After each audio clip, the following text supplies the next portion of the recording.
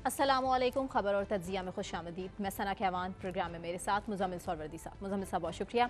नाज़रीन, प्रोग्राम का आगाज़ GHQ में यौम दिफा और शहदा के हवाले से खुसूसी तकरीब में आर्मी चीफ ने खिताब किया, जिसमें उन्होंने बहुत इंपॉर्टेंट कुछ पॉइंट्स थे जो आवाम के सामने रखे। वज़ीर आज़म शहबाज शरीफ भी वहाँ मौजूद थे। आर्मी चीफ ने इस हवाले से सबसे पहले क्या कहा, आपको सुनवाते हैं। सियासी नुक्ता नज़र में इख्तलाफ को नफरतों में न ढलने दें। गैर मुल्की शह पर फसाद फिल अर्ज बर्पा करने वालों, उनकी मुआवनत और इन जराइम का जवाज और दफा पेश करने वालों पर आइंदा भी ज़मीन तंग रहेगी।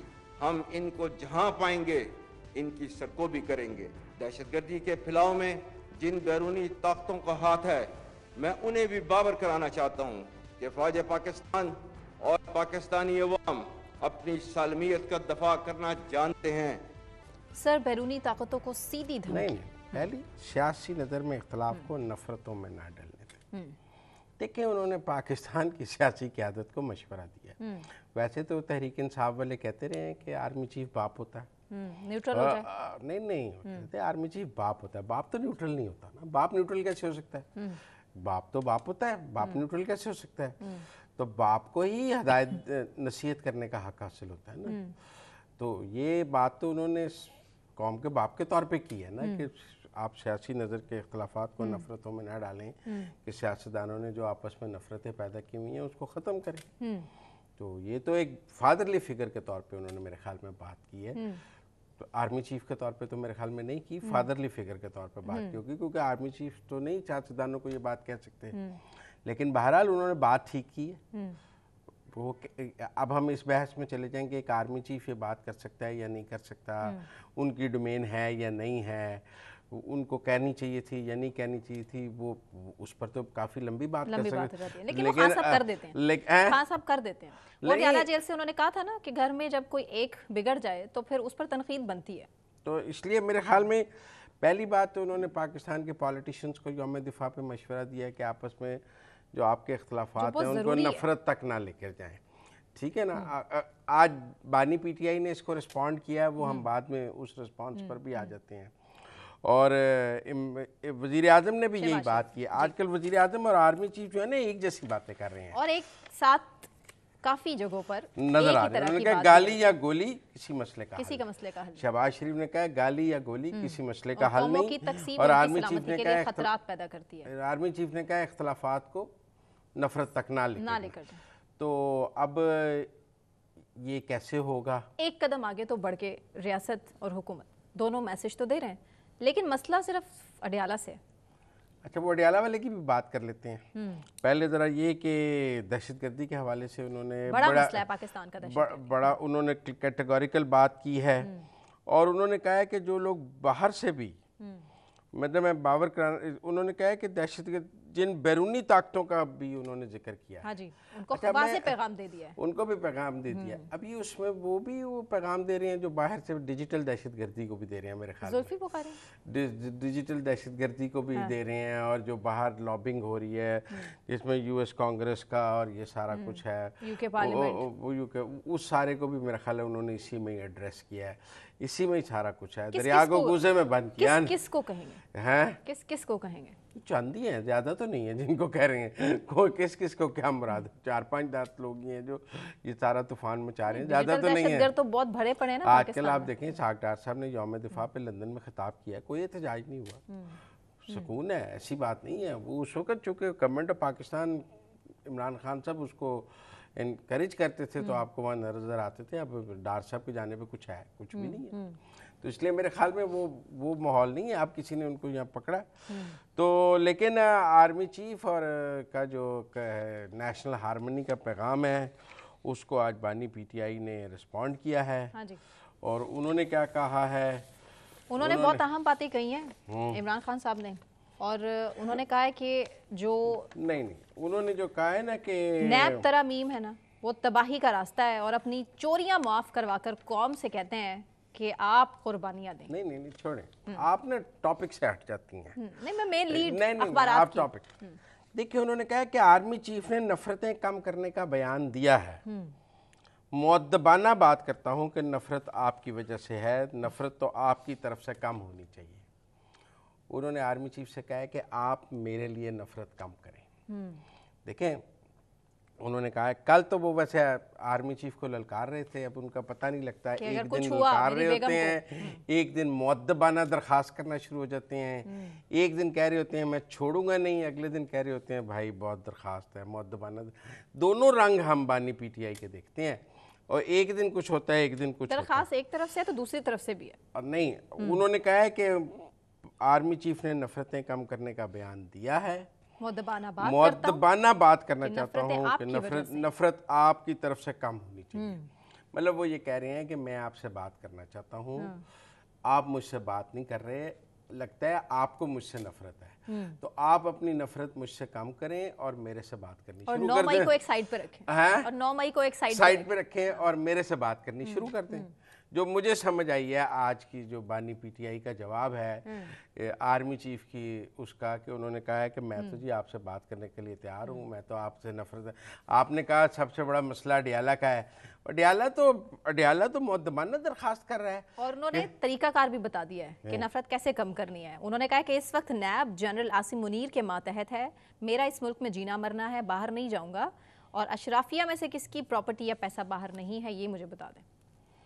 ठीक बात है, तो उनके बच्चे बाहर, वो कहना ये चाह रहे हैं कि ये सजाएं देखें ना, बाप 1 साल से अंदर है, बच्चे मिलने नहीं आ रहे, ये क्या बात हुई? मेरा मतलब है कि अगर बात नहीं कराई जा रही, व्हाट्सएप कॉल नहीं करवाई, वो मिलने ही नहीं आ रहे, वो कह रहे हैं, वो जेल सुप्रीडेंट का बयान है कि हम फोन करते हैं, बच्चे फोन नहीं उठाते। सर ये तो देखें ना, उसमें जेल सुप्रीडेंट का बयान है कि हम तो फोन करते हैं, बच्चे फोन नहीं उठाते, नहीं उठाएंगे तो कैसे बात करा देंगे। ये तो जेल सुप्रीडेंट का बयान ने कहा है, वीडियो कॉल नहीं कराते। नहीं, वीडियो कॉल भी तभी होगी ना जब वो अगले कॉल उठाएंगे तो आप वीडियो का ऑप्शन ऑन करेंगे ना। कॉल उठानी जरूरी है दोनों कामों के लिए, लेकिन उनको मिलने आना चाहिए वालिद को, बेटे हैं ना, वो आ जाएंगे, फिर मिलने नहीं देंगे, फिर अदालतों के चक्कर लगवाएंगे। ये कैसे हो सकता है? अदालत इजाजत दे भी देगी। नहीं, अलीमा खान उनको साथ लेके जाएंगी। नहीं, अलीमा उनको साथ क्यों? अलीमा नहीं मिलती, सारी बहनें मिलती नहीं है, बेटे हैं वो मिलेंगे। बेटों को मिलने से कौन, कि उनकी बहनें रोज हफ्ते में 2 दफा मिलती नहीं है उनकी बहनें, बेटे भी मिलेंगे। जब बहनें मिल सकती हैं तो बेटे क्यों नहीं?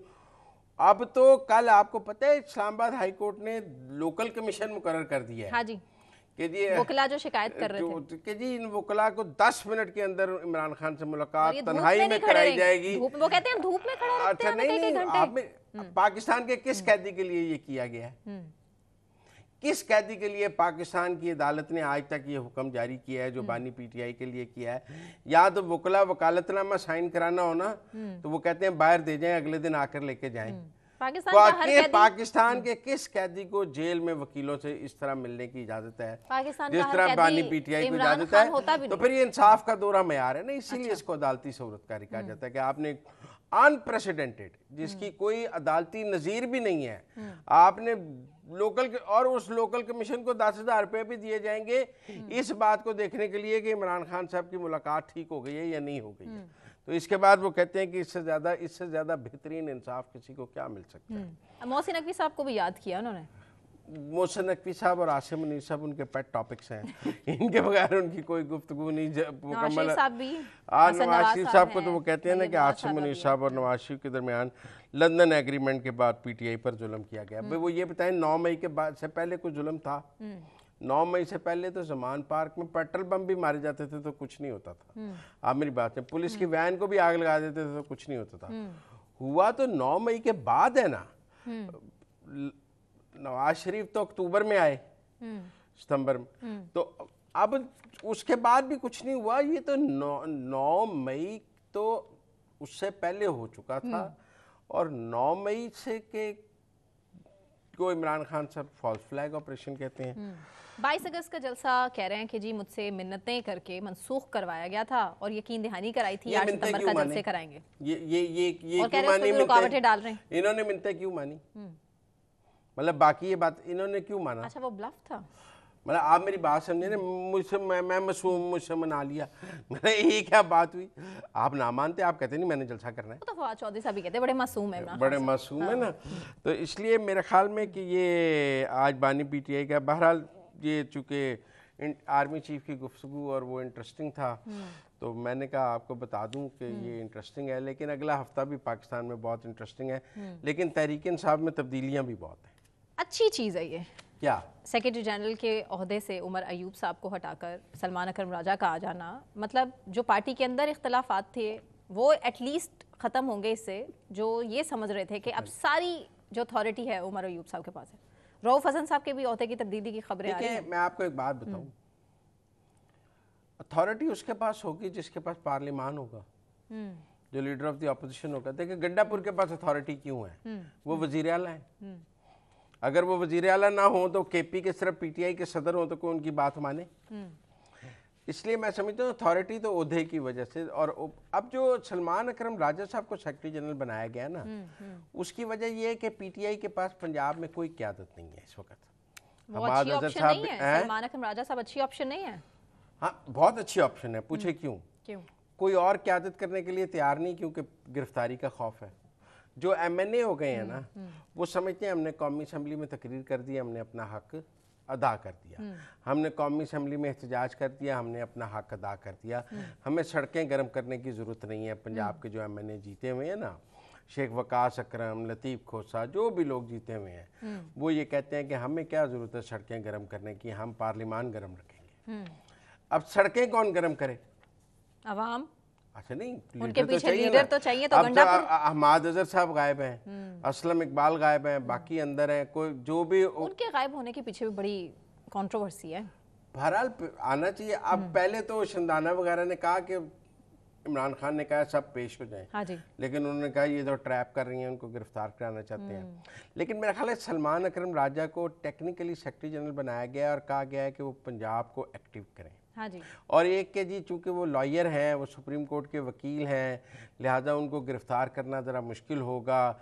उनकी गिरफ़्तारी पे वकला तहरीक भी बन जाएगी, उनको ज़मानत भी आसानी से मिल जाएगी। वो 9 मई में भी मुलव्वस नहीं है, वो तो 9 मई के बाद तहरीक इंसाफ में आए हैं ना, वो तो इलेक्शन में आए हैं। तो निस्बतन ऐसा उन्होंने एक सेक्रेटरी जनरल बनाया है जो 9 मई में मुलव्वस नहीं है और पंजाब को लीड कर सकेगा। और चूँकि उनके लिए उनके ख्याल में इस वक्त पंजाब लीडरलेस है पीटीआई में। अब आप देखें ना 8 सितंबर का जलसा है, कोई बंदा पंजाब से काफिला ले जाने को तैयार नहीं। आप मेरी बात, उमर डार साहब की वीडियो हमने देखी थी 22 अगस्त से एक रात पहले की, उसमें थोड़ा बहुत उनका था एक मोमेंटम था सियालकोट से। हाँ, कोई ऐसा थोड़ी है कि वो सियालकोट से 100 बसें लेके निकल पड़ेंगे। अकेले ही पहुंच जाए तो बड़ी बात है, 100 बसें लेके निकलने वाला तो कोई माहौल। तो कहते हैं मैं मोटरवे पर वीडियो दिखा रहे थे, कह रहे देखिए। हाँ, वैसे तो वो एक दिन मुझे किसी ने कहा कि पीटीआई की एक खातून है, मैं उनका नाम नहीं लेना चाहता, उन्होंने 6 मोटरसाइकिल वाले लिए और ख़ुद गाड़ी में बैठी। उन्होंने कहा कि मैं इस तरह बाहर निकलूँगी और वी का निशान बनाऊँगी, आपने मेरी वीडियो बना लेनी है, मैं वापस गाड़ी में बैठ जाऊंगी और फिर हम पोस्ट कर देंगे हमने रैली निकाली है। बहुत सारे करते रहे हैं। अच्छा ठीक है ना, लेकिन मेरे ख्याल में पंजाब को एक्टिवेट करने के लिए रऊफ हसन साहब को भी चेंज किया गया है। हाँ, और रऊफ हसन साहब के इर्द गिर्द बहुत से कंट्रोवर्सीज थी कि उनकी वजह से सारे लोगों पकड़े गए हैं। ये जो सारा डिबैकल हुआ है ये रऊफ हसन साहब की वजह से हुआ है। और ये फैज तो इसलिए उनको भी ओहदे से हटाने के लिए बात हुई और कहा जी वो कोई थिंक टैंक चलाएंगे, मतलब खुद लाइन लगा दिया जाएगा। अब पार्टी के वो इंफॉर्मेशन सेक्रेटरी नहीं होंगे। तो मुझे लगता है कि जो उमर अयूब साहब की भी, उमर अयूब साहब खुश नहीं होंगे इससे, मैं आपको सीरियस जाहिर है। और ये पहले से और सलमान अकरम राजा के बारे में भी सबका ये ख्याल होगा कि वो पार्टी में बहुत नए हैं और उनसे बहुत सीनियर लोग पार्टी में मौजूद, लेकिन वो बहुत मोहतात रहकर चलते हैं। और अब देखना यही है कि उनको भी तनकीद का निशाना बनाया जाता है या नहीं, यानी वो कैसे लीड करते हैं। वकालत करने और सियासत करने में बहुत फ़र्क है, और वो भी अवामी सियासत। एक वकला सियासत है, आप किसी का केस लड़ रहे हैं, आप टॉक शो में बैठ गए, आपने दलाइल दे दिए, आपने गुफ्तगू। पाकिस्तान में सब जायज़ है, पाकिस्तान में सब जायज़ है, सब जायज़। हम देखते रहे ना, अब तक देख रहे हैं। ब्रेक ले लेते हैं, ब्रेक से वापस आने के बाद कंटिन्यू करते हैं। जी हमारे साथ रहिए।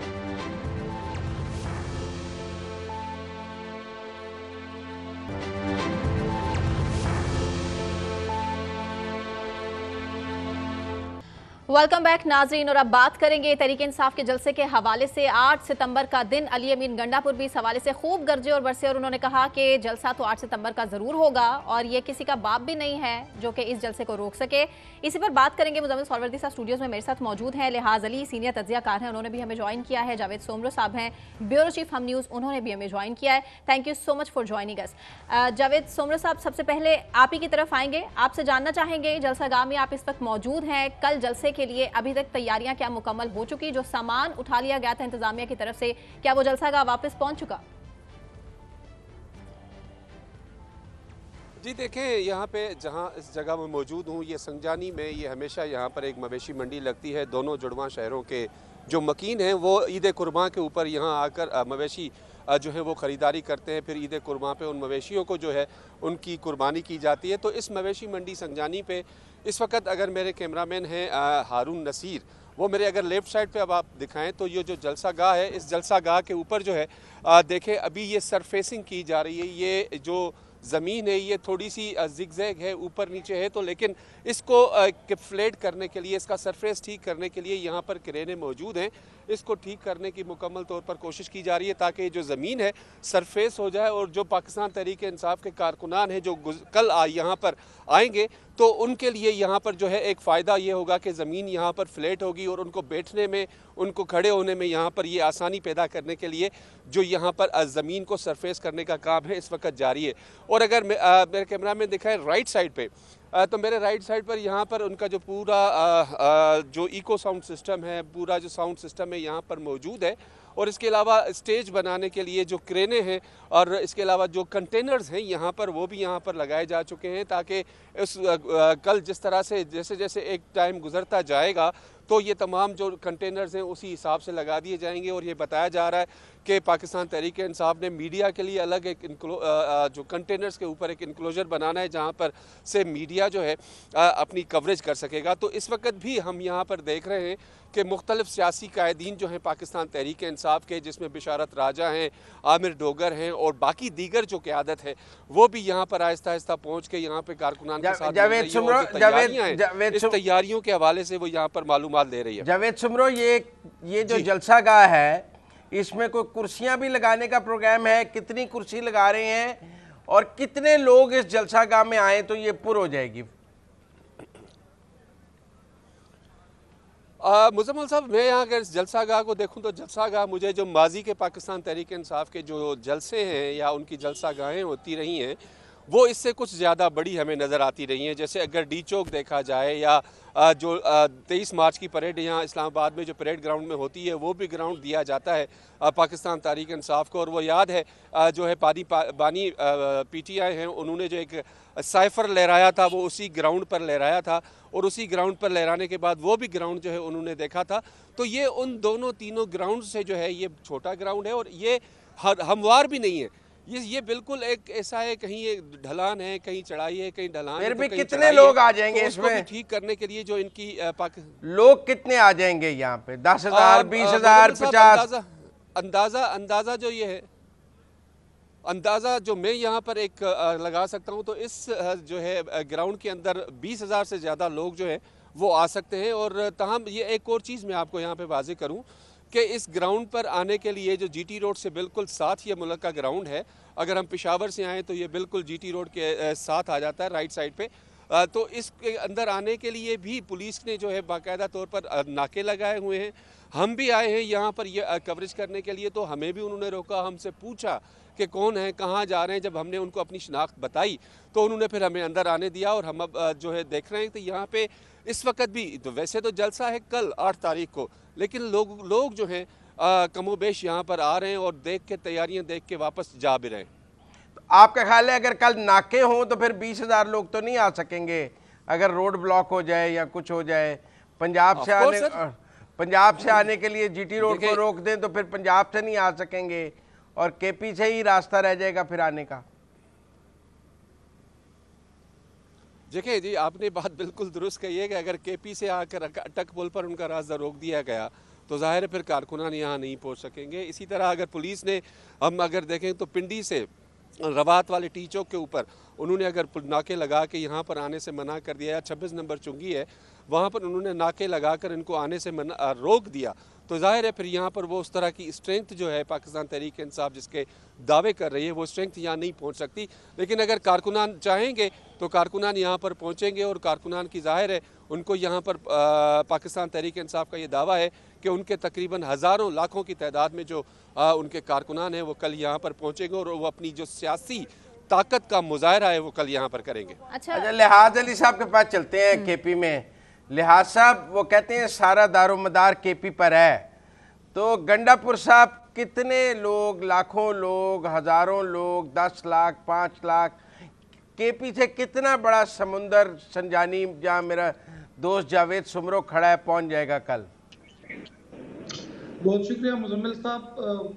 जिस तरह भी आपने कहा 20 अगस्त को जो इजलास हुआ था, बेसिकली खैबर पख्तूनख्वा के 4 रीजन्स हैं, southern district, central district, Malakand division और हजारा डिवीजन। इस वक्त खैबर पख्तूनख्वा ने जो स्ट्रेटजी तय की है उसमें ये फैसला किया गया है कि मलाकन डिवीजन और सेंट्रल डिस्ट्रिक्ट, जिसमें ये पेशावर से लेकर नौशहरा, चरसद्दा, मुमंद और ये इलाके हैं, और मलाकन डिवीजन में जिसमें शांगला से सवात और ये अपरदीप और चतराल के इलाके शामिल हैं, इनको मिलाकर कुल मजमूई तौर पर यहाँ से रवाना होंगे। जो सदर्न डिस्ट्रिक्ट है वो जो सीपैक रूट है वहाँ से डी खान के थ्रू आएंगे, शायद खटक उनकी क़ियादत करेंगे, और दूसरी जानिब जो है वो हज़ारा डिवीजन से स्पीकर इस वक्त खैबर पख्तूनख्वा असम्बली वो इसकी क़ियादत करेंगे। अभी जो 20 तारीख को पाकिस्तान तहरीक इंसाफ के पार्लिमानी पार्टी का जो इजलास हुआ था उसमें हर रुकनी सूबाई असम्बली और हर रुकनी कौमी असम्बली उनको ये टारगेट दिया गया था कि वो कम से कम 100 गाड़ियाँ लाएगा, और 100 गाड़ियों में कम से कम 1000 के करीब कम बंदे नहीं होंगे, यानी 1000 से ऊपर के बंदे होंगे। तो अगर पाकिस्तान तहरीक इंसाफ इस हदफ को पूरा करती है तो सिर्फ केपी से जो उस वक्त पोजीशन बनती है वो ये होगी। कितने एमपी है तौर पर? जी जी, कुल कितने बन जाएंगे ये आपने कैलकुलेट किया होगा? मजमूई तौर पर अगर ये कुल मिला लेते हैं और ये उनको चूंकि टारगेट दिया गया है तो टारगेट तकरीबन इनका बन जाता है कोई 1,25,000 के करीब। अगर ये टारगेट पूरा किया जाता है तब, क्योंकि बाज़ औक़ात हमने देखा हुआ है कि कोस्टर जो 22 सीटर गाड़ी होती है उसमें 2 या 3 लोग बैठे हुए होते हैं, तो गाड़ियां तो तादाद उनकी पूरी हो जाती है लेकिन लोग उसमें फिर कम होते हैं। अभी सवाबी में हालिया जो पाकिस्तान तहरीक इंसाफ का जलसा हुआ था, पाकिस्तान तहरीक इंसाफ बेशक कह रही है कि उसमें तकरीबन 2 लाख और 2.5 लाख के करीब थे, लेकिन वहाँ की जो डिप्टी कमिश्नर की रिपोर्ट थी जो महकमा दाखिला को मौसूल हुई थी उसके मुताबिक तकरीबन 20 से 22,000 तक लोग उस जलसागाह में आए थे। ये मजमूई तौर पर वो तादाद है। तो खैबर पख्तूनख्वा से तवक्को की जा रही है कि सबसे ज्यादा तादाद आएगी, क्योंकि इस वक्त इस्लामाबाद में जब भी जलसा हुआ पर आपकी नजर में कितने 20,000 लोग होंगे गंडापुर के साथ, 15,000 होंगे, कितने लोगों को लेकर गंडापुर संजानी पहुंच सकते हैं? सर ये तो कल पता चल जाएगा कि तादाद कितनी है, लेकिन इन लोगों ने हर तकरीबन 50 से 60,000 की तादाद अपनी लिए एक हदफ मुकर्रर की है। जब मेरी मुख्तलिफ सूबाई वज़रा से बात हुई है तो उन्होंने तकरीबन 50 से 60,000 का हदफ मुकर्रर कर रखा है। ठीक है, और गंडापुर कहाँ से इसको लीड करेंगे? गंडापुर सब जो है वो पेशावर से रवाना होंगे, बुनियादी तौर पर सवाबी आएंगे, और सवाबी में वो मलाकन डिवीजन और सेंट्रल डिस्ट्रिक्ट को लीड करते हुए फिर ये हजारा डिवीजन की जुलूस जो उनके साथ हो जाएगा, और फिर जनूबी जो अजला है वो उनके अपने साथ मिला के संजानी में दाखिल होंगे। सुबह कितने बजे गंडापुर ने निकलना है? सुबह कितने बजे? 3 बजे का टाइम मुकर्रर किया गया है सवाबी ने, तो 3 बजे का मतलब है तकरीबन 4, 4:30 या 5 बजे के करीब रवाना होंगे। नहीं तो पेशावर से कितने बजे रवाना होंगे? सर वो पेशावर से नॉर्मली हेलीकॉप्टर के थ्रू ही सवाबी जाएंगे, हेलीकॉप्टर से। लेकिन जो मीडिया के लिए उन्होंने टाइम मुकर्रर कर रखा है वो ये कि वहां पर वो तकरीबन 3, 3:30 बजे मीडिया को ब्रीफिंग देंगे। और सवाबी से संजानी पहुंचने का रास्ता कितनी देर का है? ये हार्डली अगर संजानी को हम कवर कर ले तो तकरीबन नॉर्मली अब हम इसको कवर करते हैं तो तकरीबन 1 घंटा, मैक्सिमम ये 1 घंटे, शायद इससे भी कम हो। लेकिन अगर आपके साथ 50,000 का जुलूस हो तो आप 6 घंटे में भी नहीं पहुंच सकते।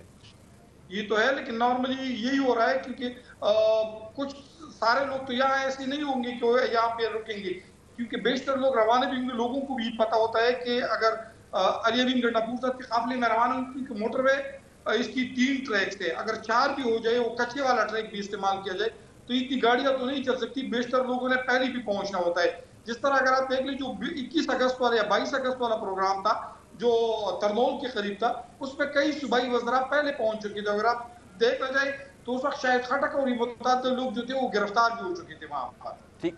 सुमरो, लिहाज अली साहब कह रहे हैं कि 1.25 लाख का टारगेट है, लेकिन गंडापुर के साथ 40-50 हज़ार लोग हो सकते हैं जो सवाबी से वो क़यादत करेंगे और यहाँ पहुँचेंगे। आपको लगता है कि सवाबी से गंडापुर यहाँ पहुँचने में कितनी देर लगाएंगे? मुजम्मिल साहब, वैसे अगर हम देखें तो लिहाज साहब ने बिल्कुल दुरुस्त बात कही कि स्वाबी से यहाँ तक का जो वक्त है, नॉर्मली अगर हम ड्राइव करें तो उस ड्राइव के दौरान मैक्सिमम 1 से 1.5 घंटा अगर आप स्लो ड्राइव करते हैं, नॉर्मल ड्राइव करते हैं। लेकिन ये सिचुएशन उस वक्त बिल्कुल बदल जाती है जब आप जलसे की सूरत में, आप जब कारकुनान के साथ जुलूस की सूरत में पहुँचते हैं अपना जलसा गाह की तरफ, तो उसमें ज़ाहिर है वक्त ज़्यादा लग जाता है। अब ये बात समझने की है और सोचने की है कि पाकिस्तान तहरीक इंसाफ ने इस रूट को कवर करने के लिए क्या प्लानिंग की है। आपको मैं ये भी बताऊं कि इस जलसा गाह के अंदर अगर 1 से 1.5 लाख बनने का जो दावा मैंने आपको पहले भी कहा, और लिहाज साहब यही कह रहे हैं कि जी वो दावा कर रहे हैं 1 से 1.25 लाख के करीब जो है कारकुनान को इस जलसा गाह के अंदर वो पहुँचाएँगे। तो अगर इतनी बड़ी तादाद आती है तो मुझे नहीं समझ आता कि तो इस ग्राउंड के अंदर 1 से 1.5 लाख ये जो सुमरो जो एनओसी यहाँ पे मौजूद रह सके। सुमरो जो एनओसी दिया गया है वो रात कितने बजे तक का है? वो तो जी दिया गया है रात 8 बजे तक का टाइम दिया गया है। तो फिर 8 बजे तक, लेकिन ये हमें भी पता है कि 8 बजे तक गंडापुर पहुंच जाएंगे यहाँ पे।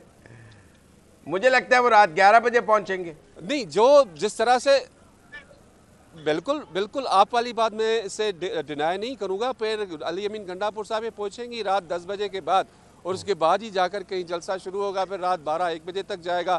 और अगर ये उस एनओसी की खिलाफ वर्जी करते हैं तो फिर जाहिर है एक मुकदमा या FIR इनके खिलाफ ज़रूर दर्ज की जाएगी। लिहाज अली साहब, आप मुत्तफिक हैं मेरे साथ कि ये जलसा 8 बजे रात ख़त्म नहीं हो सकता अगर 3 या 4 या 5 बजे सवाबी से रवाना होंगे? सर, मुझे भी यकीन नहीं लग रहा है और नहीं इस बात का कोई इम्कान है कि 8 बजे होगा, क्योंकि मुझे लग रहा है कि अंधेरा, क्योंकि स्टेज जिस वक्त जो बनाया जा रहा है, जावेद सुमरो साहब इसकी वजाहत मजीद भी कर लेंगे। मेरा तो ज़ाती तौर पर तजुर्बा है कि जिस स्टेज पर लाइट ही लगती हैं तो उससे अंदाजा होता है कि 8 बजे के बाद वाला जलसा होगा, और अगर लाइट ही नहीं है तो इससे पहले वाला ही जलसा खत्म होगा।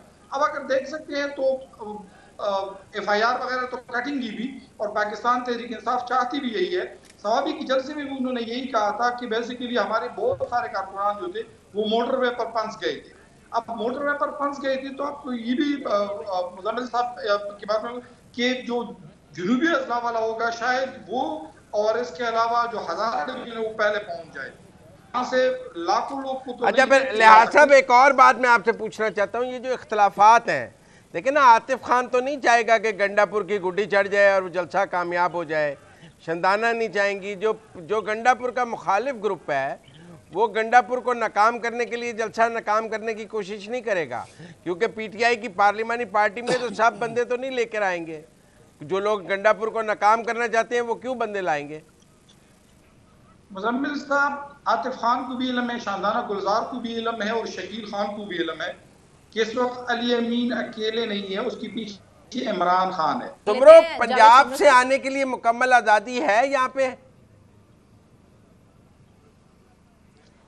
नहीं मुज़म्मिल साहब, आज़ादी वाला जो लफ्ज़ है ना, वो मैं ये कहूँगा कि इतनी आसानी से कारकुनान यहाँ नहीं पहुँच सकेंगे। बात टी चौक से लेकर फिर अंदर पिंडी वाला पूरा शहर आप क्रॉस करें, या फिर हम आप मोटरवे से 26 नंबर चुंगी की तरफ से आएँ, तो इतनी आसानी से जो है कारकुनान को यहाँ आने की इजाज़त नहीं दी जाएगी। क्योंकि हम अभी भी जिस रास्ते से आए, GT रोड वाले रास्ते से आए, तो यहाँ पे अभी भी नाके लगाए गए हैं, पुलिस की बड़ी नफरी यहाँ पर मौजूद है। तो ये सड़क तो जाहिर है जब कारकुनान कल बड़ी तादाद में आएंगे तो यहाँ सुमरो, ये जो जलसा गाह तक सड़क आती है, ये सिंगल रोड है, डबल रोड है, 4 लेन है, ये सड़क कितनी बड़ी है?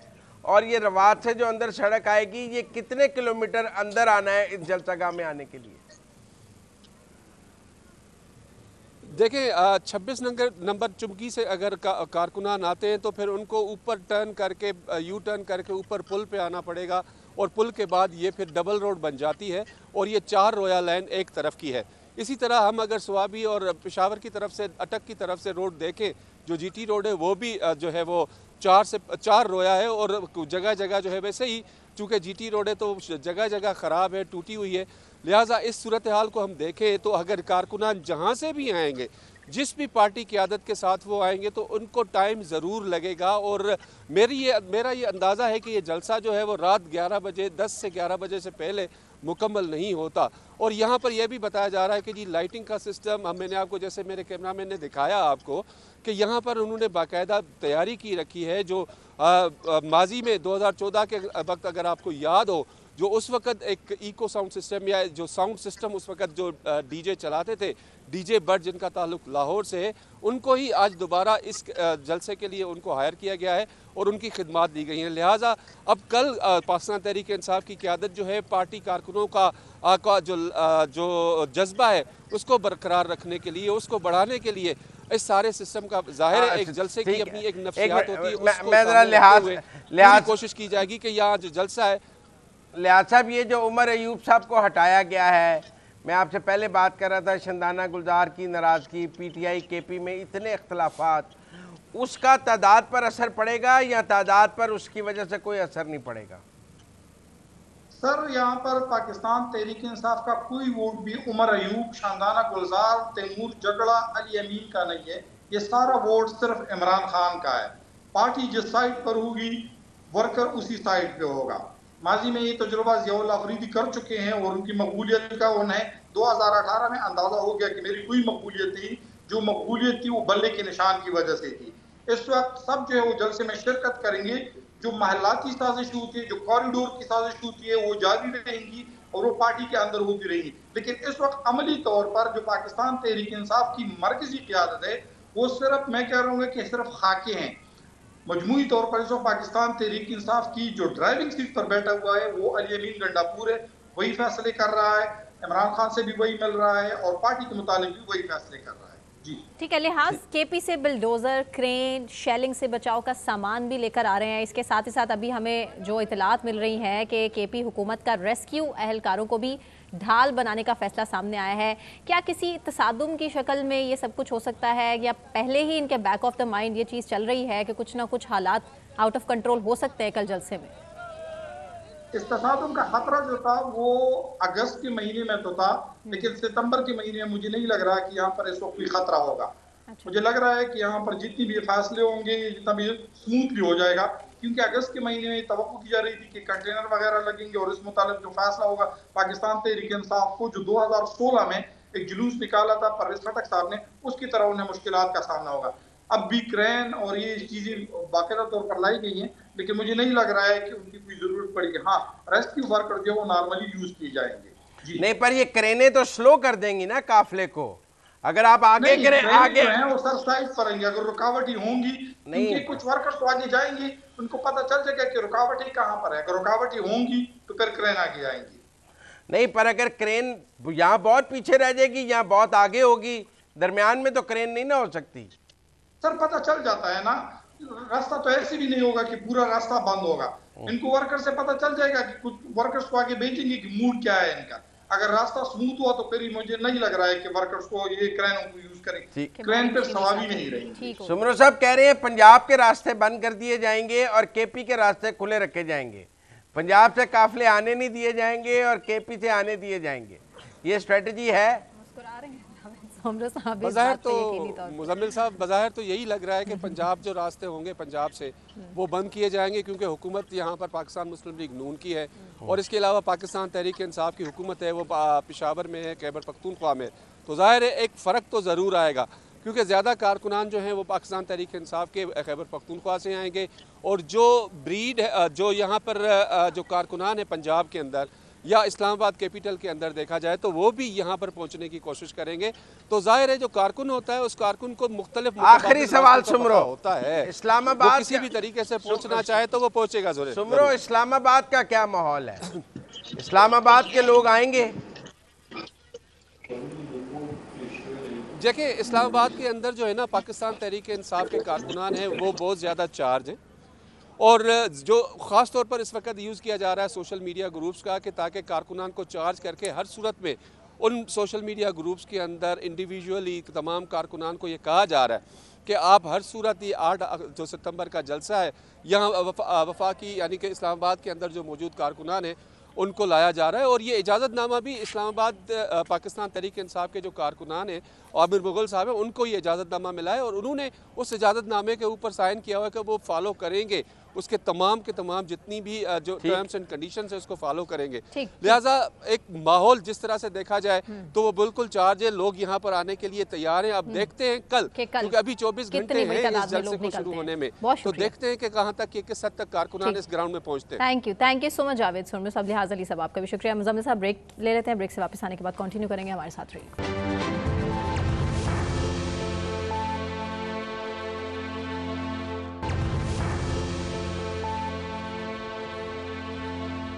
वेलकम बैक नाज़रीन, मुज़म्मिल सौरवर्दी साहब स्टूडियोज़ में मेरे साथ ही मौजूद हैं। इसराइली अखबार में बानी पीटीआई के हवाले से क्या छपा है वो आपके सामने रखते हैं। मुज़म्मिल साहब आप ही से सवाल कर लेती हूँ, इमरान खान इसराइल और पाकिस्तान के ताल्लुकात को कैसे तश्कील दे सकते हैं?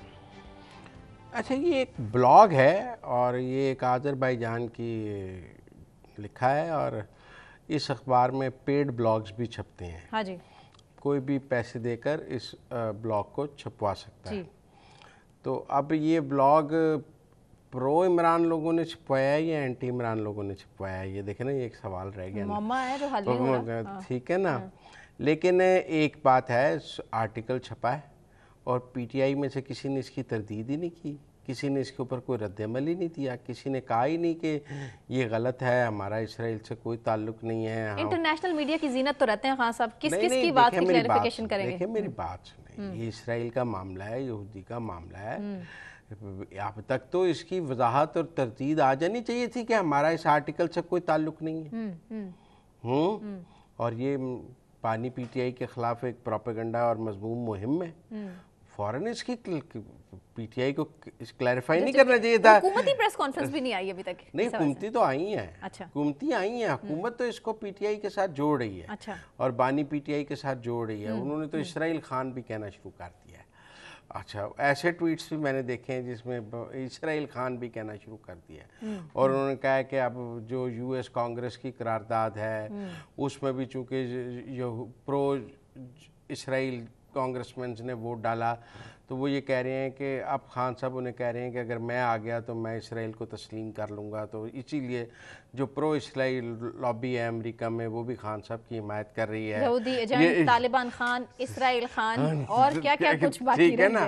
तो अब मेरा मतलब है कि वो कह रहे हैं कि अब वो कह रहे हैं कि गोल्डस्मिथ खानदान के चूँकि ज्यू लॉबी से बहुत ताल्लुक़ हैं और इमरान खान ने सादिक खान की मुखालफत करके वो जैक गोल्डस्मिथ की हिमायत की थी और उनका बड़ा ताल्लुक़ है, गोल्डस्मिथ ख़ानदान उनको ओन करता है, जो उनके लिए लंदन में भी लॉबी कर रहा है। तो ये गोल्डस्मिथ ख़ानदान ने छुपवाया है। हाँ जी। एक राय ये है। और चूँकि पीटीआई की तरफ से इसकी कोई क्लैरिफिकेशन या इसको डिसोन नहीं किया जा रहा, ज़्यादा बड़ा मसला ये है। देखें, असूलन तो इसको फौरी तौर पर डिसोन करना चाहिए और कहना चाहिए कि हमारी इसराइल पर स्टेटेड पोजीशन ये है और हम इस आर्टिकल को डिसोन करते हैं और इसके कंटेंट्स जो हैं वो बिल्कुल गलत हैं। और बानी पीटीआई के इतने ट्वीट्स आते हैं, मतलब आज उन्होंने इतनी लंबी गुफ्तगू की है नैब तरामीम पर, आसिम मुनीर पर, तो वो इसराइल टाइम्स ऑफ इसराइल के आर्टिकल पर भी बात कर लेते हैं कि मेरा सवाल ही नहीं किया उनके सामने, वो खुद कर लेते हैं।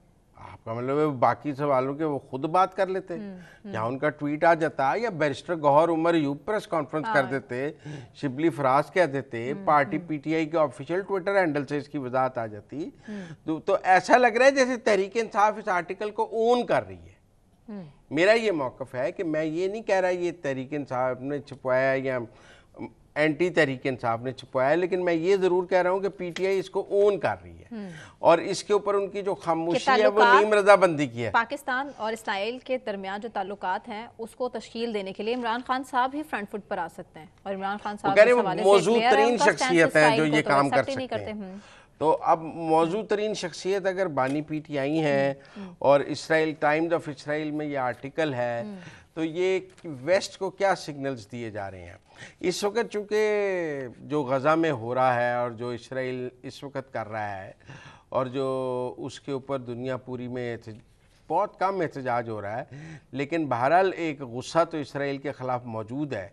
ऐसे मौके पर एक आर्टिकल टाइम्स ऑफ इसराइल में जिसमें कहा जाए कि जी इमरान खान वो वाहिद शख्सियत हैं जो पाकिस्तान और इसराइल के दरमियान ताल्लुकात कायम कर सकते हैं और वो मौजूद तरीन शख्स हैं, तो फिर इसका मतलब है कि जो अमेरिका में जियो लॉबी इस वक्त सपोर्ट कर रही है वो इसलिए सपोर्ट कर रही है, कोई उनको भी अंडरस्टैंडिंग दी गई है पीटीआई के लोगों की जानिब से कि आप हमें सपोर्ट करेंगे तो जब हम आएंगे तो अब हम इसराइल को तस्लीम कर लेंगे और ये सारा कुछ कर लेंगे। लेकिन खान साहब की स्टेटमेंट इसराइल के हवाले से क्लियर है। नहीं, मैं ये कह रहा हूँ कि सपोर्ट नहीं करते। मैं ये कह रहा हूँ कि देखिए यूजुअली ऐसा जब आर्टिकल आता है तो आप उस पर एक रिस्पांस तो देते हैं ना। हाँ, लेकिन अभी तक खामोशी क्यों है? खामोशी, वो जलसे में जलसे की तैयारी में मसरूफ है। नहीं, ऐसी बात नहीं है। इस किस्म की चीज़ें इग्नोर नहीं की जाती। इस किस्म की चीज़ें आप तब इग्नोर करते हैं जब इग्नोर करना आपकी पॉलिसी में शामिल हो। कहा गया हो कि इस पर खामोशी हाँ, तो इसलिए खामोशी में जो शामिल है तो उसलिए इसको इग्नोर किया गया है। मैं इसको समझता हूँ कि अगर तो हमें भी समझ नहीं आ रही थी, देखे ना कि जी यूएस कांग्रेस के सारे pro India pro Israel senators जो कांग्रेसमैन जो हैं वो सारे करारदाद को वोट डाल रहे हैं, तो कुछ ना कुछ तो फिर अंडरस्टैंडिंग डेवलप की जा रही है ना वहाँ पर कि अगर हम आए तो हमारा ये एजेंडा होगा और हम आपका ये काम कर देंगे। और जो यूके में भी हो रही है, क्योंकि किसी और देखें पाकिस्तान में बहुत सारे सियासतदानों के साथ बड़ी बड़ी जातियाँ हुई हैं, ऐसी बात नहीं है। मार्शल लॉ भी लगे हैं, इक़्तिदार से भी निकाला गया है, नाहल भी किया गया है, गिरफ्तार भी किया गया है, फांसियाँ भी लगाई गई हैं, सब कुछ किया गया है, लेकिन किसी ने ऐसे फॉरेन लॉबिंग नहीं की। आप मेरी बात समझे, कोई अपने लिए यूएस कांग्रेस से करारदाद मंजूर कराने नहीं निकल गया, किसी ने हाउस ऑफ कॉमन्स या लॉर्ड्स में नहीं पहुंच गया, कोई यूएन में नहीं पहुंच गया पाकिस्तान के ख़िलाफ़, किसी ने आईएमएफ के दफ्तर के बाहर मुजाहरे नहीं किए कि पाकिस्तान को कर्जा ना दें, किसी ने ये सब कुछ नहीं किया कि जो आप पाकिस्तान के लिए रोकने के लिए मसाइल पैदा करें अपने इक़्तिदार के लिए। तो पीटीआई ने और खान साहब ने तो ये किया है ना, तो फिर इसलिए उनके ऊपर ये सारा सवाल पैदा हो। ठीक, आखिर में सवाल मुज़म्मिल साहब, मुस्लिम लीग काफ के सरबराह हैं चौधरी शुजात हुसैन, वो बड़े मुतहरिक हैं इस टाइम, सियासी दर्जा हरारत को कम करने के लिए बड़ी स्टेटमेंट्स इस हवाले से आई हैं और कह रहे हैं कि जी अपनी अपनी डफली और अपना अपना राग छोड़ें, मुल्की मुफाद के लिए एक होकर बैठें, इस टाइम सबसे ज़्यादा ज़रूरी है। वही बात जो आर्मी चीफ कह रहे थे जी, वो शुजात साहब भी वही बात कर रहे हैं जो आर्मी चीफ कह रहे हैं, वही बात कर रहे हैं जो शहबाज शरीफ कर रहे हैं। जो एक पेज पर नहीं आ रहा वो है अडयाला जेल, नहीं वो भी मुद्दतमना दरखास्त कर रहे हैं, तो वो भी कर रहे हैं वो, लेकिन वो सिर्फ पिंडी के साथ आना चाहता है, करना चाहते हैं। लेकिन मैं ख्याल में चौधरी शुजात साहब ने अपने पुराने दोस्तों को इकट्ठा किया है, वसीम सजाद, मोहम्मद, ये सब लोग काफ लीग में रहे हैं और मेरा ख्याल है उन्होंने उनके साथ एक मुशावरती सेशन किया, उसमें मोहसिन बेग भी हैं, कुछ सहाफ़ी भी मौजूद थे और ये चौधरी शुजात साहब की बैठक बड़ी पुरानी है और वो सबको लेकर। परवेज़ इलाही साहब से रब्ता हुआ इनका? परवेज़ इलाही साहब के बारे में मैंने किसी से पूछा कि इस महफिल में परवेज़ इलाही साहब की बात नहीं हुई, तो चौधरी शुजात साहब ने कहा कि मैं तो परवेज़ इलाही साहब के साथ सुलह कर लेता हूँ जब भी बैठता हूँ, पर ख़ानदान की ख़वातीन सुलह नहीं होने देती, वो जब घर जाती हैं फिर लड़ाई हो जाती है, लड़ाई ख़वातीन की है, मेरी और शुजात परवेज़ की नहीं है, घर की उनकी लड़ाई सब पर हावी है। असल अंदर की खबर हमने आपको दे दी है। मुज़म्मिल साहब बहुत शुक्रिया। इसी के साथ मुझे सना कहवान को इजाज़त दीजिए, अपना बहुत ख्याल रखिए, अल्लाह हाफ़िज़।